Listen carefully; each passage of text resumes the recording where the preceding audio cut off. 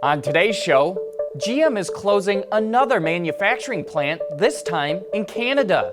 Ford creates a suit to demonstrate the dangers of drowsy driving, and we'll take a look at the top manufacturers in terms of production. All that and more coming right up on Autoline Daily.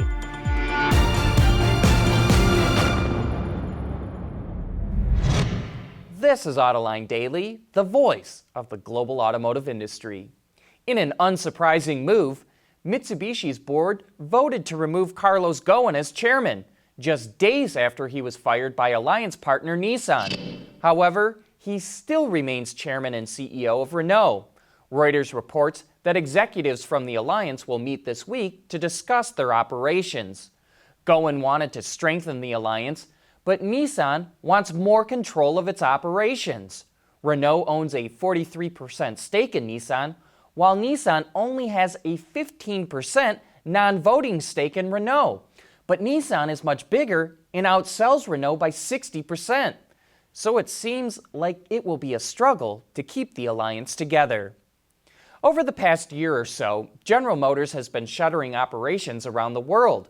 It stopped selling vehicles in India, it sold off all of its operations in Europe, and it's no longer manufacturing cars in Russia, Indonesia, Australia, and South Africa. And now it's being reported that GM will close its Oshawa plant in Ontario, Canada. The company is expected to make the announcement later today, which will lead to around 2,500 layoffs. The company makes the Chevrolet Impala, Cadillac XTS, Chevy Silverado, and GMC Sierra at the facility. The closure comes at the same time GM is trying to reduce its salaried workforce in North America. It was hoping that 7,000 employees would accept voluntary buyouts, but it could lay off workers if not enough accept them. GM is expected to address that today as well. Kia reveals more details about the new Soul. We'll share those with you right after this. Autoline Daily is brought to you by Bridgestone Tires, your journey, our passion. Dow Automotive Systems, advanced materials that deliver better results. Lear, a global leader in automotive seating and electrical systems. And by ExxonMobil. I think all people, when sober, know that drinking and driving is a bad idea.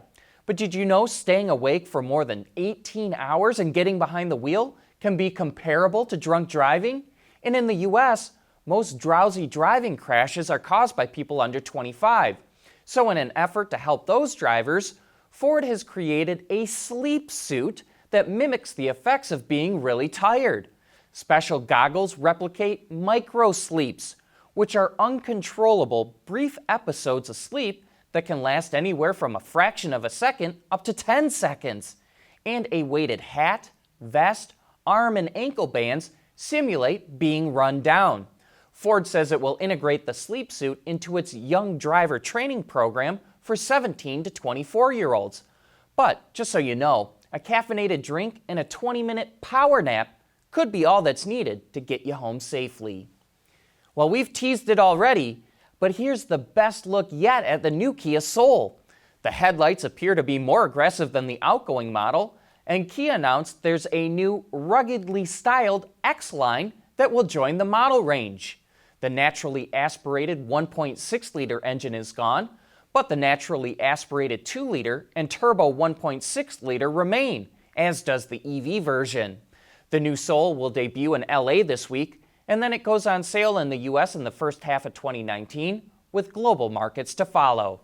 Speaking of LA, we'll be at the show, so look for our coverage later in the week on our website, Autoline.tv.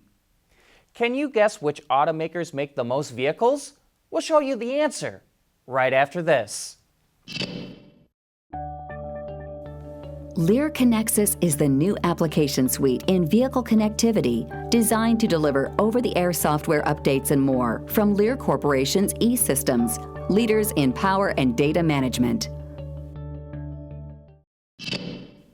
In racing news over the weekend, there was a bit of a scare on the first lap in Formula One as Nico Hülkenberg barrel-rolled into the barriers. But he was okay, and Lewis Hamilton settled in his Mercedes to cap off his championship season with another win at the final race in Abu Dhabi.